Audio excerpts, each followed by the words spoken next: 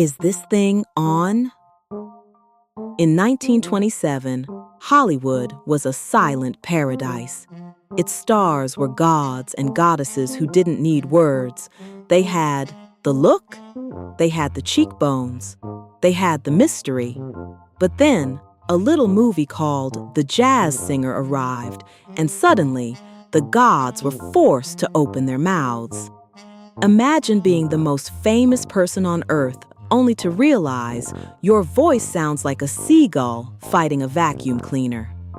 Today, we're looking at the chaotic, career-ending transition to talkies, and the starlets who learned the hard way that in Hollywood, silence isn't just golden, it's a job requirement.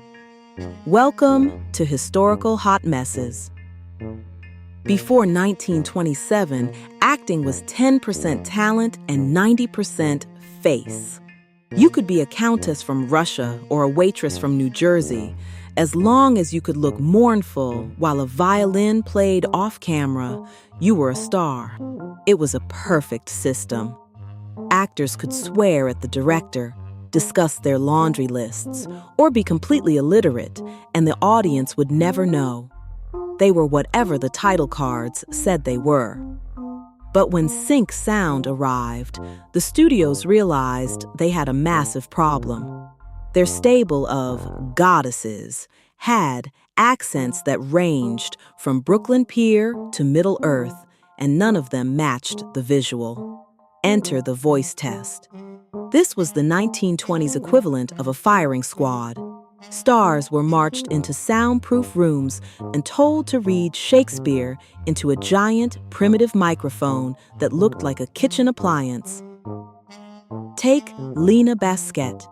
She was a sophisticated, dark-haired beauty, the screen tragedy girl. Then she spoke. Her voice was described by critics as piercing and unrefined. In one night, the mystery was gone.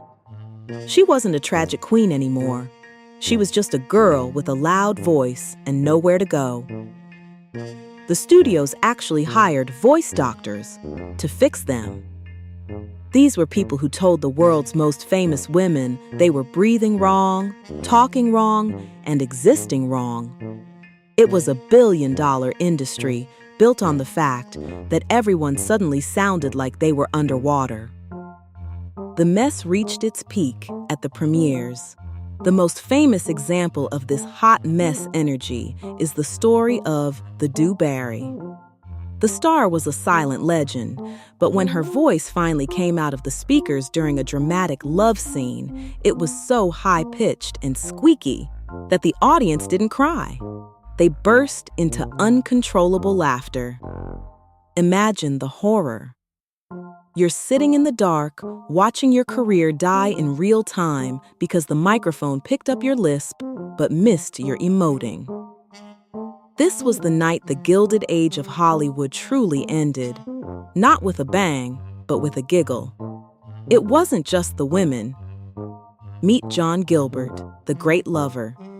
He was Greta Garbo's real-life boyfriend and the highest-paid actor in the world.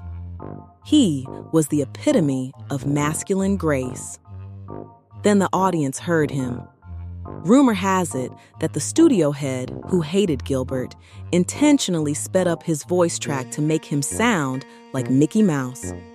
Whether it was sabotage or just bad tech, the result was the same.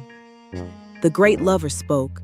The audience roared with laughter, and Gilbert's career was over before the credits rolled. He spent the rest of his life drinking away the memory of a microphone that betrayed him. By 1930, 75% of silent stars were unemployed. The transition to sound was a great purge. It proved that in Hollywood, the only thing more dangerous than a secret is a voice that doesn't fit the brand. These stars were the original historical hot messes of the digital age. They had the world at their feet until the world asked them to say hello. Subscribe if you're glad your job doesn't depend on how you sound reading Shakespeare into a toaster. Leave a comment. Which silent star deserved a better talkie fate? We'll see you in the next mess.